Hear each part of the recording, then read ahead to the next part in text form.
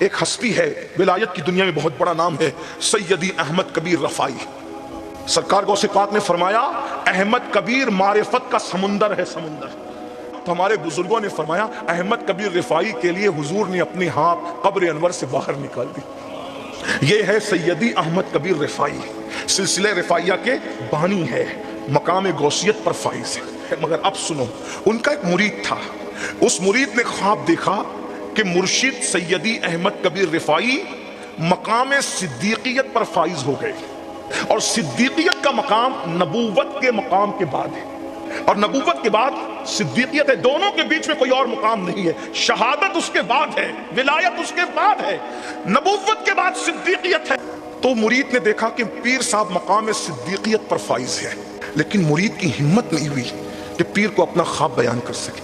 پہلے کے مرید لوگ کیا ادب کرتے تھے, پیر کی شان میں خواب دیکھا ہے لیکن حوصلہ نہیں ہے کہ پیر کو اپنا خواب بیان کر سکے. آج تو ہم مریدوں کو پیر صاحب سے مذاق کرتے دیکھ رہے ہیں. ایک دن وہ خانقاہ میں آیا تو دور سے ایک منظر دیکھا اس نے. خانقاہ میں یہ منظر کیا کہ کوئی نہیں ہے خانقاہ میں, حالانکہ حضرت کی خانقاہ میں ہزاروں لوگ آتے تھے بات سننے کے لیے. وہ بہت بڑے وائز تھے آپ اپنے زمانے کے, ہزاروں لوگ بات سنتے تھے. کی خانقاہ اتفاق ہے کوئی نہیں ہے. ایک خاتون ہے جو سیدی احمد کبیر رفاعی کو مار رہی ہے, اور آپ نے اپنی گردن جھکا لی ہے. خانقاہ ام عبیدہ میں یہ کون, کس کی ہمت تھی جس سے ملاقات کے لیے خضر علیہ السلام تشریف لائے, جن کے لیے رسول اللہ کا سلام آئے قبر انور سے, اس کے لیے ہمت کون کر سکتا. مرید رک گیا, قدم ٹھہر گئے, ہمت نہیں ہوئی کو آگے بڑھنے کی, لیکن دیکھتا رہا کہ حضرت کے ساتھ یہ ہو رہا ہے. حضرت خاموش صابر اور شاکر بنے کھڑے ہیں.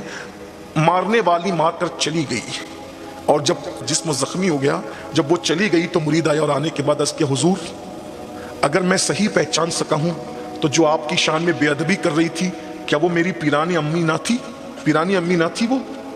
مرشد نے کہا ہاں بیٹا تو نے صحیح دیکھا کہ وہ میری بیوی تھی جو میرے ساتھ یہ سلوک کر رہی تھی. مرید نے کہا حضرت جو آپ کے ساتھ ایسا ظلم کرے کہ آپ پہ ہاتھ تک اٹھا دے, آپ اس کو گھر سے نکال کیوں نہیں دیتے, آپ اس کو طلاق کیوں نہیں دیتے. مسکرا کے کہتے بیٹا محسنوں کو گھر سے باہر نہیں نکالا جاتا, احسان کرنے والوں کو گھر سے باہر نہیں نکالا جاتا, طلاق نہیں دیا جاتا. کہا حضور یہ بھی کوئی محسن ہے, یہ بھی کوئی احسان کرنے والی ہے, یہ تو آپ کی کے ساتھ بدتمیزی اور بے ادبی کر رہی ہے. فرمایا بیٹے چند دن پہلے تو نے جو خواب دیکھا نا کہ تیرا پیر مقام صدیقیت میں فائز ہو گیا, وہ نفلی روزے اور نفلی نمازوں کی وجہ سے نہیں, یہ اس طریقے کی بدتمیزی کرتی ہے اور میں صبر کرتا ہوں, اسی کی برکت سے اللہ نے مجھے مقام صدیقیت عطا فرما دیا. یہ ہے اللہ, یہ وہ علم والے لوگ تھے